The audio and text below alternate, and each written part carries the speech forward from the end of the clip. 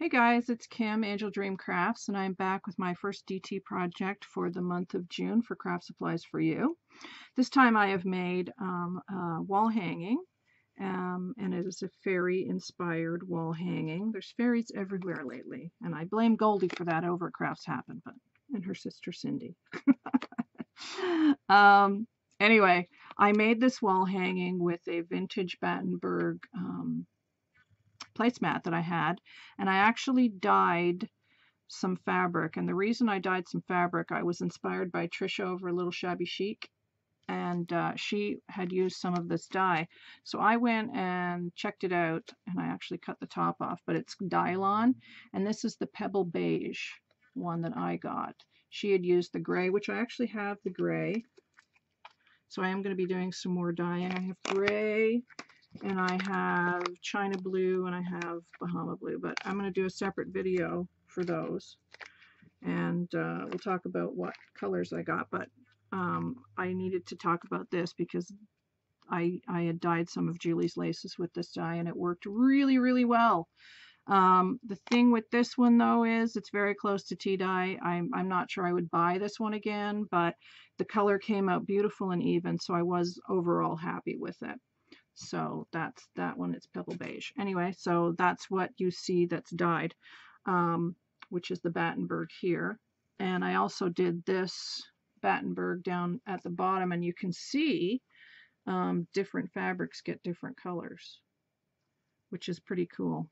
I backed this wall hanging with some felt, and then this piece that's on top here is from my stash. It's a vintage part of a tablecloth, and I just used 4 squares of it. So that's basically the back. And then the front is like this, and it's going to be a little hard to get it all in, but I will try my best. Let me see here. Starting up at the top, I used a dowel in this, just one that I had in my stash, and I added some pearls that I had in my stash as well. And then I wrapped the ends with some seam binding and just a few vintage laces just to get that sort of dangle effect on each side. So that's all I did with the rod. And you can see this trim here is from Craft Supplies for You. And I just sort of rolled it over and glued it down so it's on there nice and sturdy. I have to put a hanger on it though. But I think this is going to live at somebody's house soon. Right, Julie? Anyway, so what I did was, after I started with the Battenberg placemat as my base, and I just started building up from there. I was very inspired by this photo I found, and I found that the colors in it went really well with the dye of the Pebble Beige, so that is part of the reason why I chose that particular image. I think she's so, so pretty. I just love her. She's so gorgeous. And as you can see, I've given her dimensional wings, and these wings are actually butterflies. I think I have a couple here. Yes, I do. These are also from Craft Supplies for You. And what I did was I took off the metal and the little bling in the center, and I folded them that way. And then I added more stickles. And Julie has the butterflies in like multiple colors in her store. And I added a little clay rose to sort of prop them up a bit. But that's why she's got dimensional wings there. Come on, you can focus. There we go. And the sort of ropey type ribbon that you see going around the image, also from Craft Supplies for You.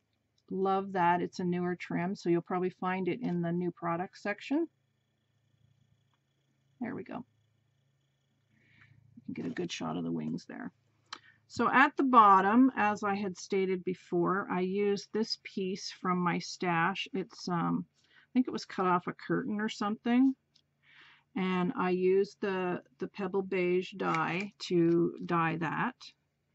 And then I started layering, and this first trim is from Craft Supplies for You. It looks like vintage tatting.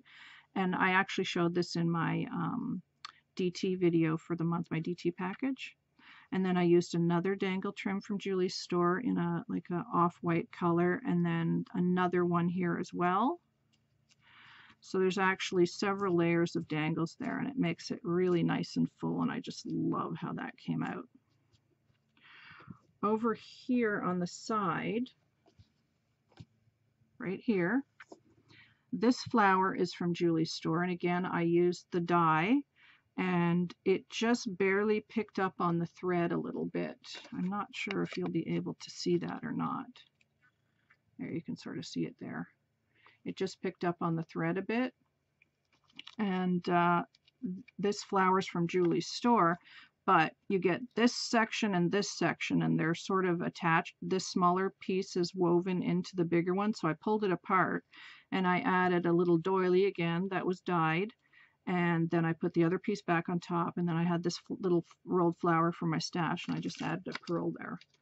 And then I used this trim, which is fairly new in Julie's store too, I believe, and it actually is two of them. It comes together like that. I think it's like that. And I cut it to make these rose dangles at the bottom of the flower. I wonder if I can zoom in a bit and see here. Let's check this out. That might be better. So there you can see the little rose dangles there. So that's just hanging down from the flower. And then this is a really beautiful applique for my stash, and it had just the right color tone, so I put that there. And then moving upward, I used this beautiful chain trim that I showed in my DT package video as well, and I'm going to put a link to my DT package video at the end of this one so you can see all of these pretty laces up close better than you can actually see them on here. This trim is also from Julie's store. That's one. And these beautiful little Battenberg flowers. They're so pretty. I just love them. I'm actually out. I have to get more. But I used two of those there. And let's see, some bridal trim from my stash, and bridal trim from my stash. And again, this was also dyed. I don't know if I can put that back there, and you can see. There we go. You can see it just picked it up on the edges again, right there. And then moving up here, I have used, this trim is from my stash, this little flower one, and I added some of the clay roses in spots going up the sides here.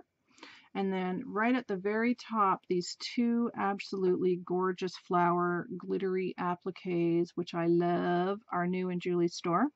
And so I put two of them there. And this one, I actually cut the top piece off for another project, but I left it on this one, so you can see how big that is. They're actually quite a large applique. I hope you can see that there. It's actually that long. It's pretty big. And then I added another one of the Battenberg flowers there, and then more of the rose trim that I used down at the bottom for the dangle, just at the top. And then this trim, also from Julie's store, that kind of goes around the back and holds the dowel in place. So that is my vintage Shabby Chic fairy ballerina wall hanging, and I'll zoom back out again now so you can kind of see it, I hope, from the bottom. And then moving up. Lots and lots of layering, lots of beautiful laces and trims from Julie's store. I know it's hard to show, but I will have photos at the end of this video as well for you to see. So I hope that you can get most of that in shot there. And yeah, so definitely go and check out Craft Supplies for You, and I will have all of the links down below for the web store, Facebook group, and for the blog as well. we do have a blog, and a lot of our designers post their work over there as well. So please do go and check that out. And if you have any questions about my wall hanging, please do ask. I'm happy to answer. And please like, share, and subscribe if you wish. Stay tuned for photos. Thanks, guys. We'll talk to you soon. Bye for now.